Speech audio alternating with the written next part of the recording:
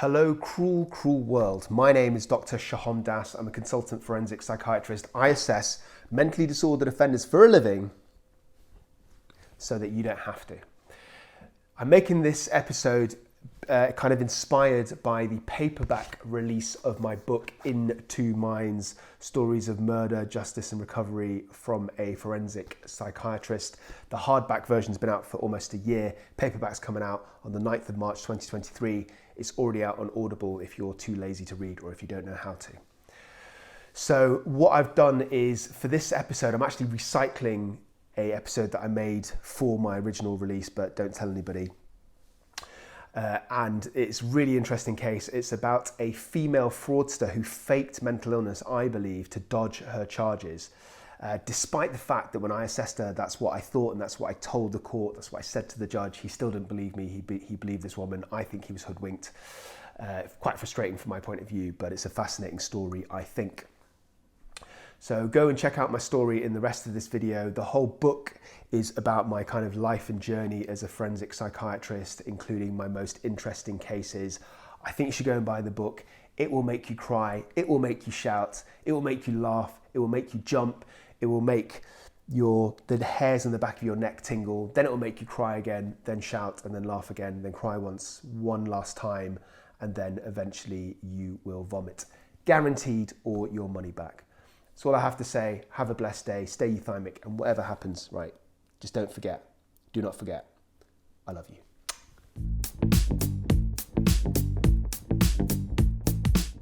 Of �Kenneth otherwise known as the Hillside Strangler. If you're a true crime fan, you've probably heard of this case. For you who don't know, he was apprehended for about a dozen murders of young women in California between October 1977 and February 1978. He buried them in the surrounding hills, hence the moniker, the Hillside Strangler, along with his cousin. So I won't go into it now, but I kind of dissect into my book how he created a false narrative of him suffering from multiple personality disorder.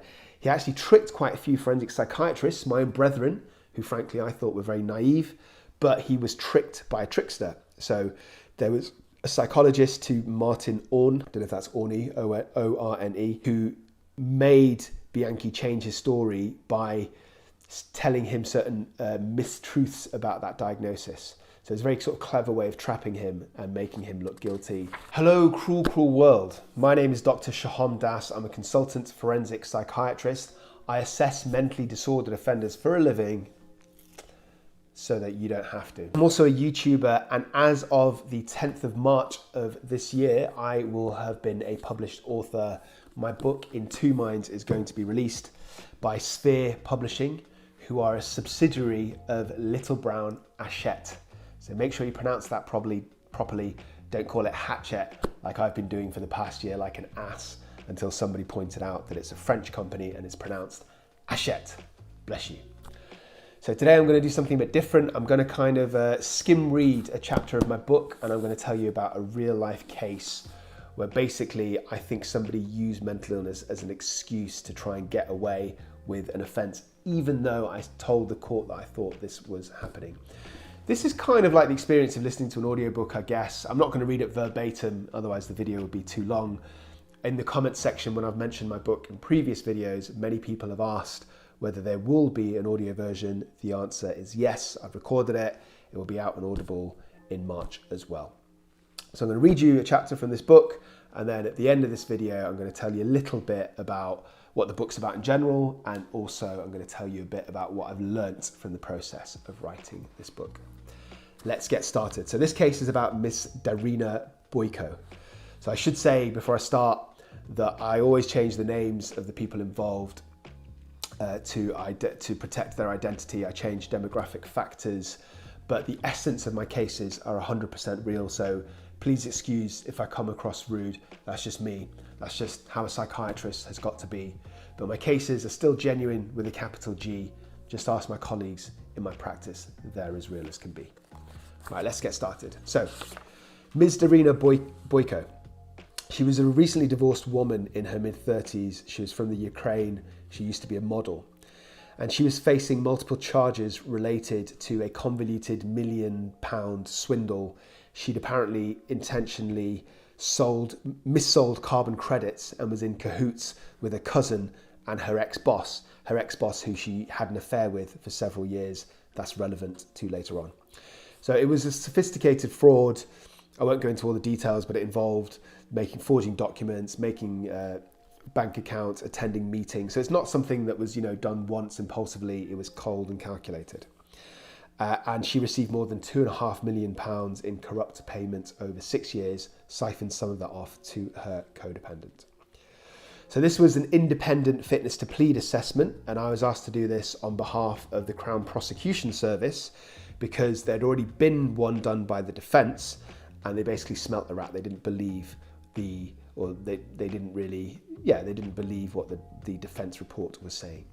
So as I outlined in my book, it's actually quite rare for a forensic psychiatrist such as myself to see fraud cases because, to be blunt, when you're having symptoms of mental illness such as hearing voices, telling you deserve to die, or you've got paranoid delusions about the CIA trying to follow you or kill you, you're more likely to strike out aggressively or violently and impulsively rather than commit this complicated fraud. Skullduggery requires clarity of thought, is what I said to sound clever in my book. Okay, so according to the first court report, Darina was privately educated, culturally motivated, forced into piano, ballet, Latin.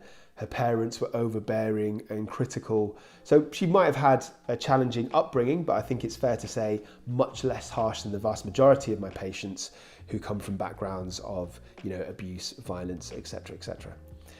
So she had obtained an economics degree at a prestigious university. She previously had a six-figure salaried, high-pressure job in trading.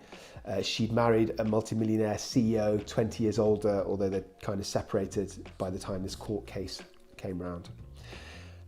Quick quote from my book. They lived in Mayfair, a very exclusive area of London, home to the odd billionaire oligarch and A-list celebrity, its ostentatiousness reflected by its extortionate price on the Monopoly board. Monopoly players out there, you know what I'm talking about. Then I talked a little bit about how her cousin had been caught in this scam and the financial breadcrumbs led back to Darina, which is why she was being tried. She actually had been tried the year before I met her, but the criminal trial was stopped because of her 5-year-old son developing a rare form of leukemia. Again, that is relevant. But when I saw her, she'd been retried, but both of the co-defendants were already found guilty and they were already incarcerated. So let's get to Darina's current trial. So she flat out refused to engage in the court process. She ignored letters from her own solicitors. When they did speak to her, she was crying, full of tears. She claimed that she had depression due to the situation with her son and also a breakdown of her marriage. According to her medical notes, her GP didn't seem, I didn't think, particularly that concerned about her health. So, for example, her GP didn't refer her on to community mental health services.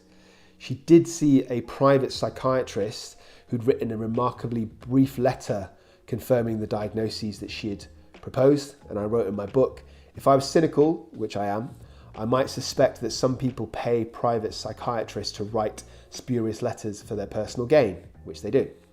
And I think that some even use them for dodgy evidence, which is what I think Darina was trying to do. And for reasons that I go into my book, I just didn't think this letter was particularly well structured.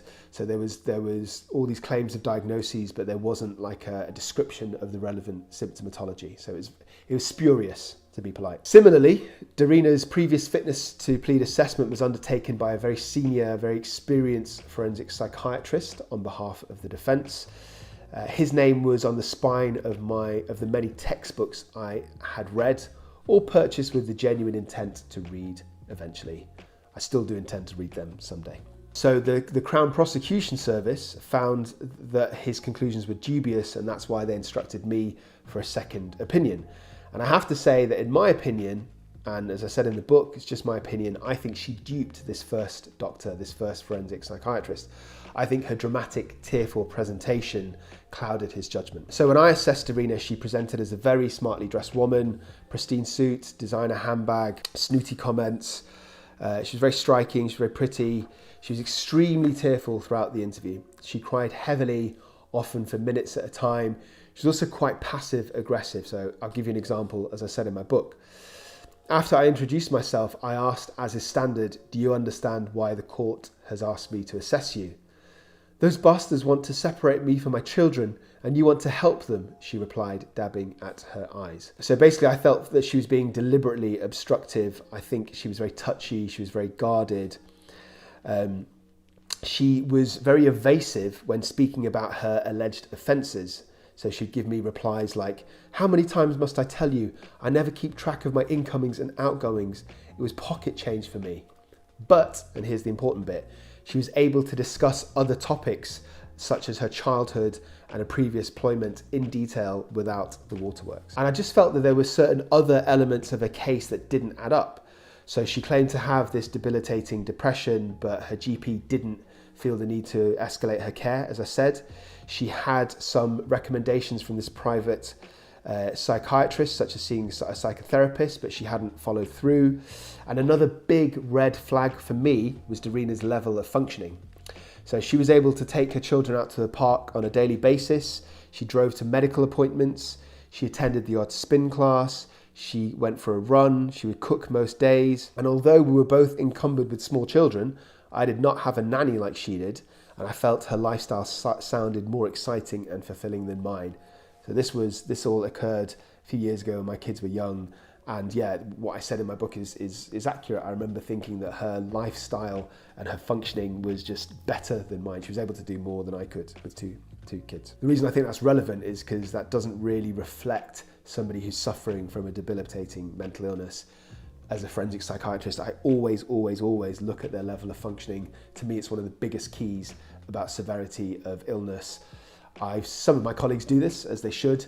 I've seen some poor psychiatry reports where they only focus on the reported symptomatology. They don't look at the level of functioning. It's a key thing that, in my view, cannot be missed if you're a half-decent psychiatrist. So after some verbal jabbing and weaving and Darina crying profusely, she realised that I wouldn't allow her to just sidestep discussion about the fraud allegations like the other psychiatrist did.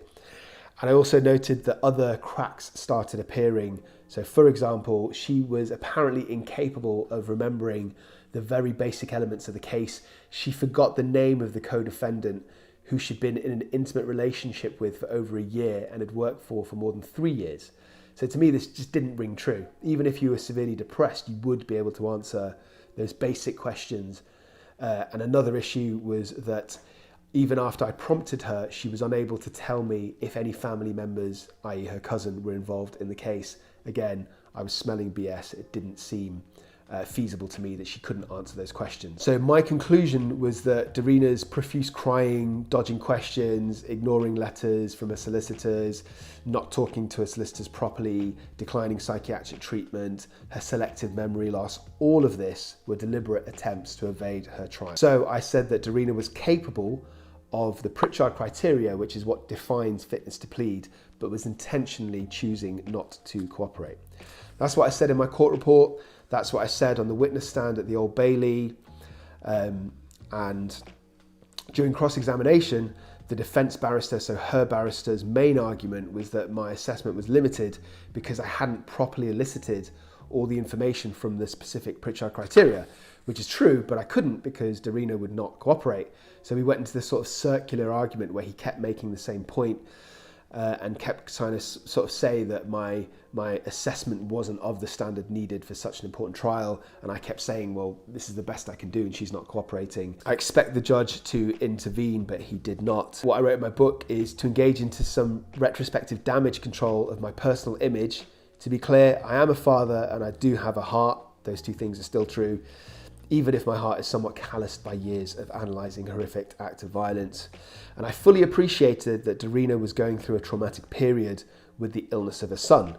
She probably did have a degree of depression and anxiety. And I accept that there might have been humanitarian reasons that the court might not wish to put Darina through a criminal trial. In fact, I specifically wrote that in my court report. I said, if the judge wished to drop the charge on compassionate grounds, I was fine with that. I had no qualms with that. What I objected to was her using mental illness as a smokescreen. So in the end, the judge actually ignored my opinion. So the judge thought that 𝐸𝐸𝐻 was unfit to plead. And as I wrote in my book, I was and still am fairly certain that this was the incorrect call.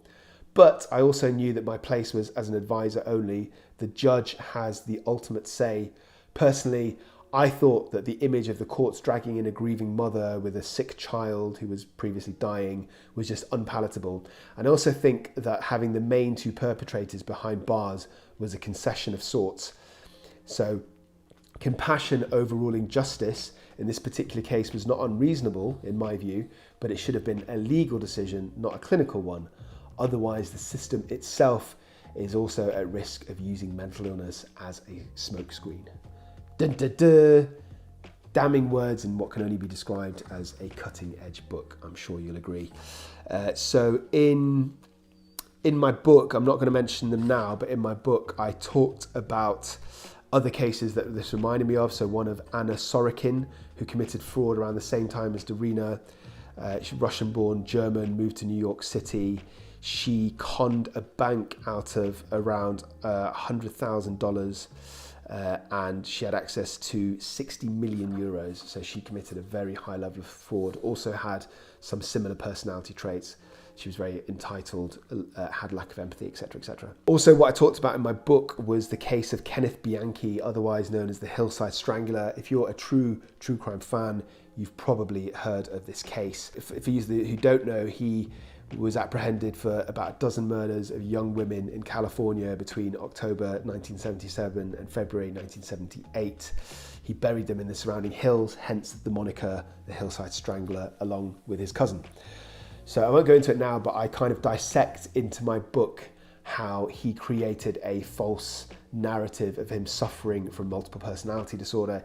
He actually tricked quite a few forensic psychiatrists, my own brethren, who frankly I thought were very naive, but he was tricked by a trickster. So there was a psychologist to Martin Orne, I don't know if that's Orne, O-R-N-E, who made Bianchi change his story by telling him certain mistruths about that diagnosis. So it's a very sort of clever way of trapping him and making him look guilty. If you want to know more about it, buy my book. Then I go on about how I actually go through the process of trying to decide if a defendant's lying to me. So as I'm sure you won't massively surprise you, some defendants try to lie to me. They try and exaggerate mental illness for leniency or because they want to be sent to hospital.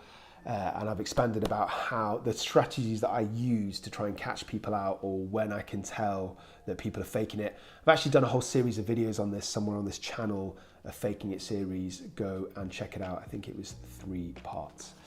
Okay, so that's enough. That hopefully gives you a little taste of what my book is about. Hope you enjoyed that. Obviously go cop a copy if you can. So just briefly, my book is a bit similar to that. So it's kind of chronological. It's split into 3 sections.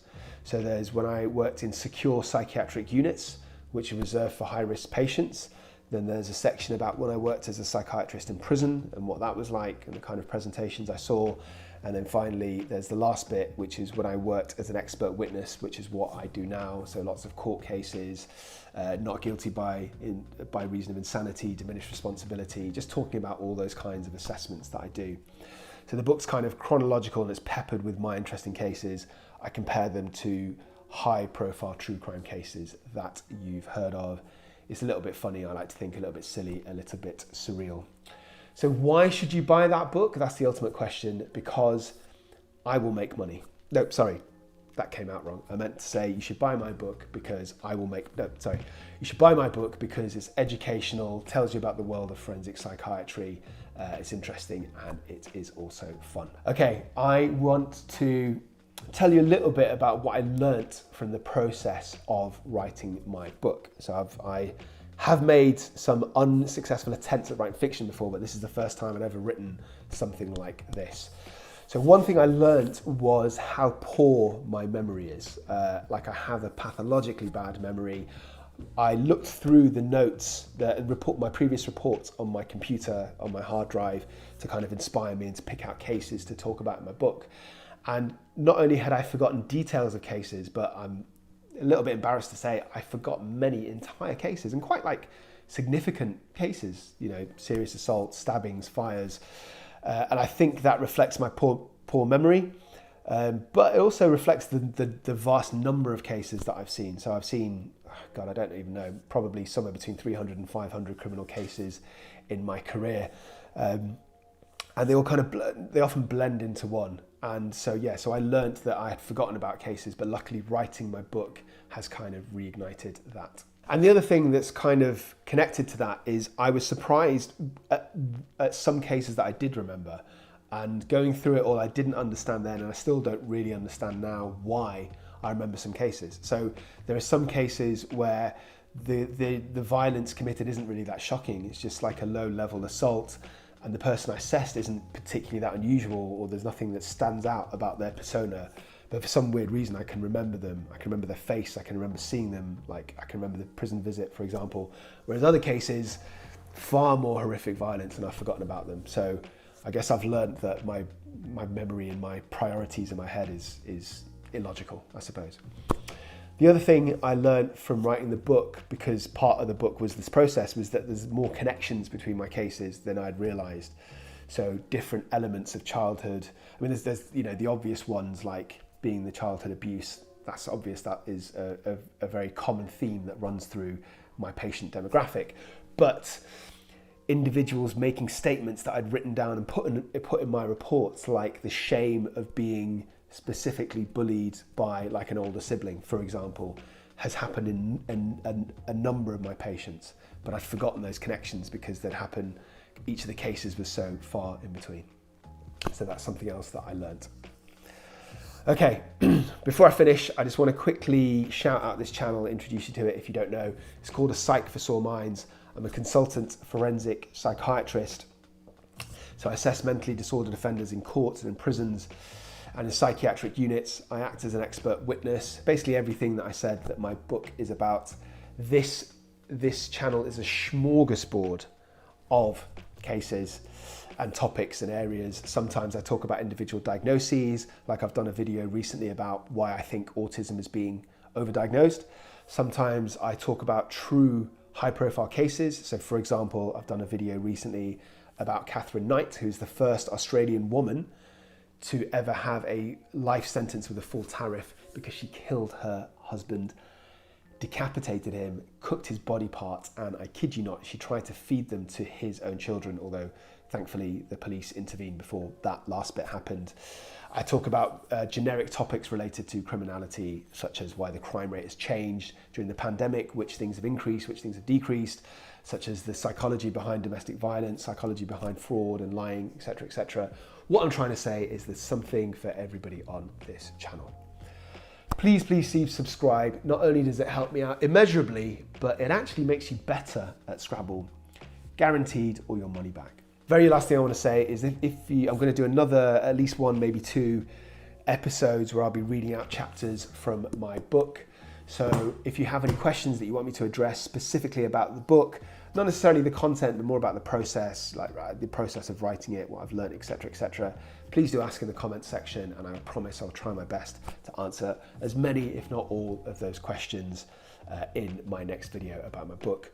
Obviously, go and cop this book. There will be links about pre-ordering it, and it will come out March the 10th. And that's pretty much all I have to say for now. Get on with your day. Go and do something important. Live your life. All that remains is to say, stay 𝐕𝐢𝐝, and whatever happens, please do not forget. Please. I love you.